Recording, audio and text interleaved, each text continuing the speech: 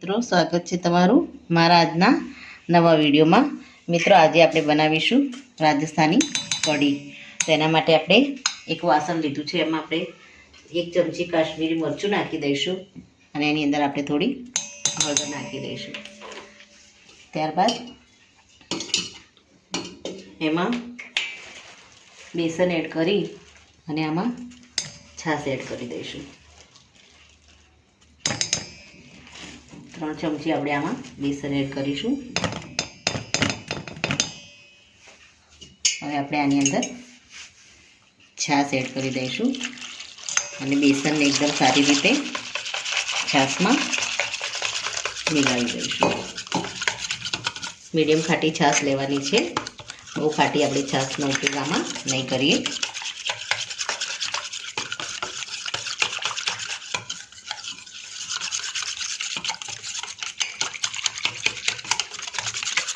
તો પહેલાં તો આપણે છાશ માટેનું બેટર રેડી કરી અને એને સાઈડમાં મૂકી દઈશું। આમાં આપણે જરૂર પૂરતું પાણી પણ એડ કરી દઈશું। બધી છાશ આપણે એડ કરી દઈશું।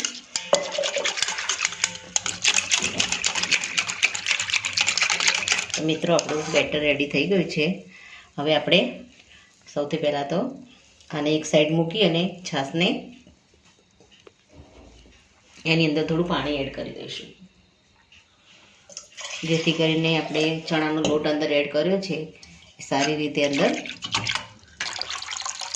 ઓગળી જાય। હવે આને આપણે ઢાંકી અને સાઈડ પર મૂકી અને વઘારની શરૂઆત કરીશું। મિત્રો આપણે વઘારવાની શરૂઆત કરીશું। ગેસ ઉપર આપણે એક વાસણ મૂકી દઈશું, એમાં આપણે 1 ચમચી જેટલું ઘી એડ કરી દઈશું।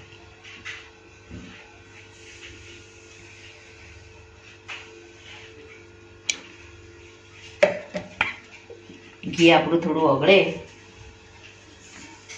એમાં આપણે રાઈ એડ કરી દઈશું। રાઈને આપણે ઘીમાં સારી રીતે ફૂટવા દઈશું।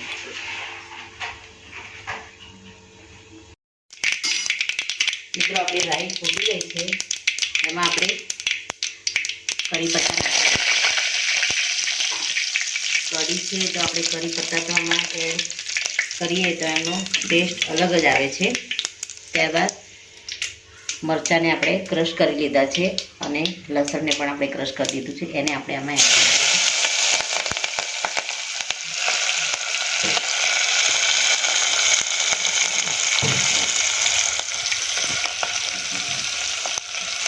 વઘારને આપણે હલાવી દઈશું।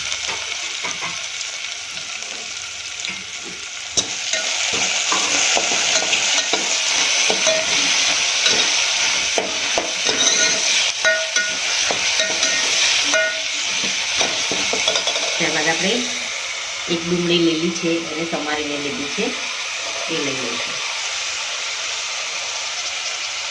કઢીની અંદર લીલી ડુંગળી તમે એડ કરો તો એનો આમાં ખૂબ જ સારો ટેસ્ટ આવે છે।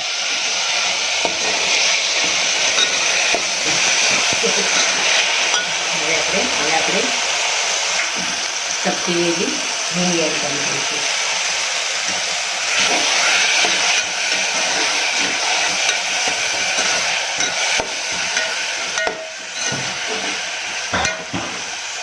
ધીમા તાપે આપણે વઘારને થવા દઈશું। મિત્રો આપણો વઘાર સરસ રીતે થઈ ગયો છે। હવે આપણે આમાં થોડી હળદર એડ કરીશું અને ધાણા જીરું પાવડર એડ કરીશું।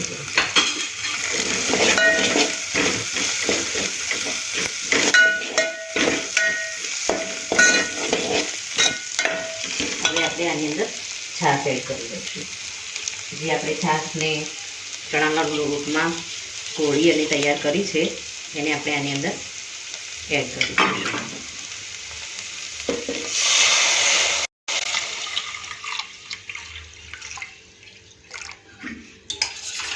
સારી રીતે આપણે હલાવી અને આમાં એડ કરવાની છે। નીચે આપણો ચણાનો લોટ છે એ થોડો બેસી ના જાય એ માટે થોડી હલાવી અને આની અંદર આપણે એડ કરી દઈશું.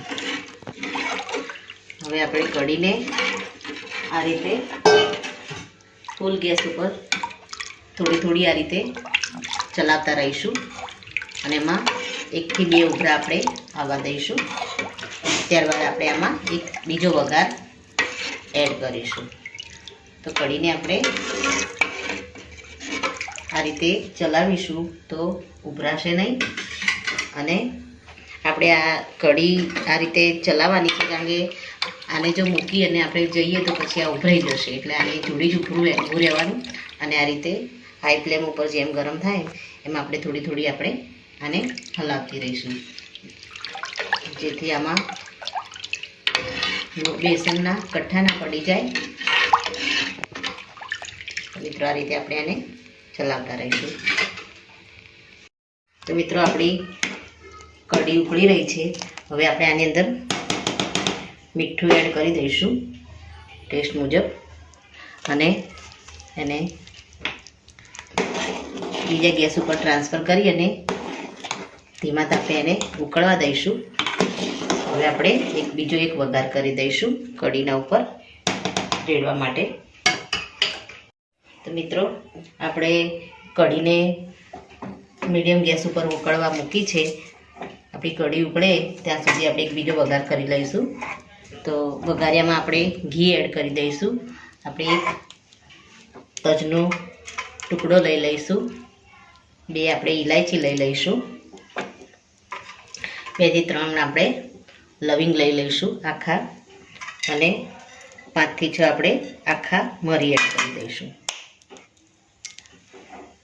ઉપર આપણે થોડી રાઈ એડ કરી દઈશું અને જીરું આપણે થોડું એડ કરી દઈશું.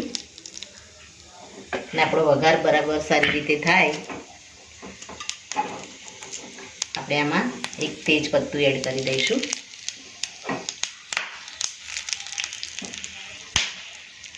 તો મિત્રો આપણો વઘાર સારી રીતે થઈ ગયો છે. એકદમ સરસ આપણું રાઈ અને બધા મસાલા આની સાથે સરસ થઈ ગયા છે. હવે આપણે આમાં કાશ્મીરી લાલ મરચું આપણે કલર માટે એડ કરીશું, કારણ કે લીલા મરચાંની પેસ્ટ આપણે આગળ પડતી લીધી છે આમાં, એટલે એ પણ મીડિયમ મરચાંની લીધી છે. હવે આમાં આપણે લાલ મરચાંની પેસ્ટ નાખી દઈશું અને વઘારને આપણે કઢીમાં એડ કરી દઈશું. પછી આપણે આને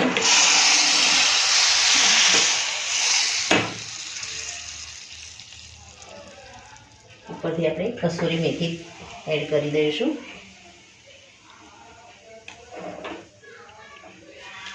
તો મિત્રો આપણી મારવાડી કઢી બનીને રેડી થઈ ગઈ છે. 2 મિનિટ પછી આપણે આને સર્વ કરી દઈશું. જો ખટાશ તમને ઓછી લાગે તો તમે એમાં લીંબુનો રસ પણ એડ કરી શકો છો. તો આપણે ઉપરથી 1 લીંબુનો રસ આપણે એડ કરી દઈશું. તો મિત્રો આપણી રાજસ્થાની કઢી બનીને રેડી થઈ ગઈ છે. આપણે એને હવે સર્વ કરી લઈશું. તો મિત્રો રેડી છે આપણી રાજસ્થાની કઢી. આને આપણે ઘીમાં વઘારી અને જો ઠંડીમાં આપણે ખાઈએ બાજરીના રોટલા સાથે તો આખો દિવસ આપણને ભૂખ નથી લાગતી, ખાવામાં પણ ખૂબ જ પચી જાય છે. તો મિત્રો આ સાથે મારો આ વિડીયો અહીંયા પૂરો થાય છે. જો મારો આ વિડીયો તમને ગમ્યો હોય તો લાઈક કરજો, શેર કરજો અને તમારી ચેનલ દેશી સૂરને સબસ્ક્રાઈબ જરૂરથી કરજો અને કમેન્ટમાં જરૂરથી લખજો કે મારી આ રાજસ્થાની કઢીની રેસીપીનો વિડીયો તમને કેવો લાગ્યો. ફરી મળીશું એક નવા જ વિડીયો સાથે. ત્યાં સુધી આવજો મિત્રો. Thank you.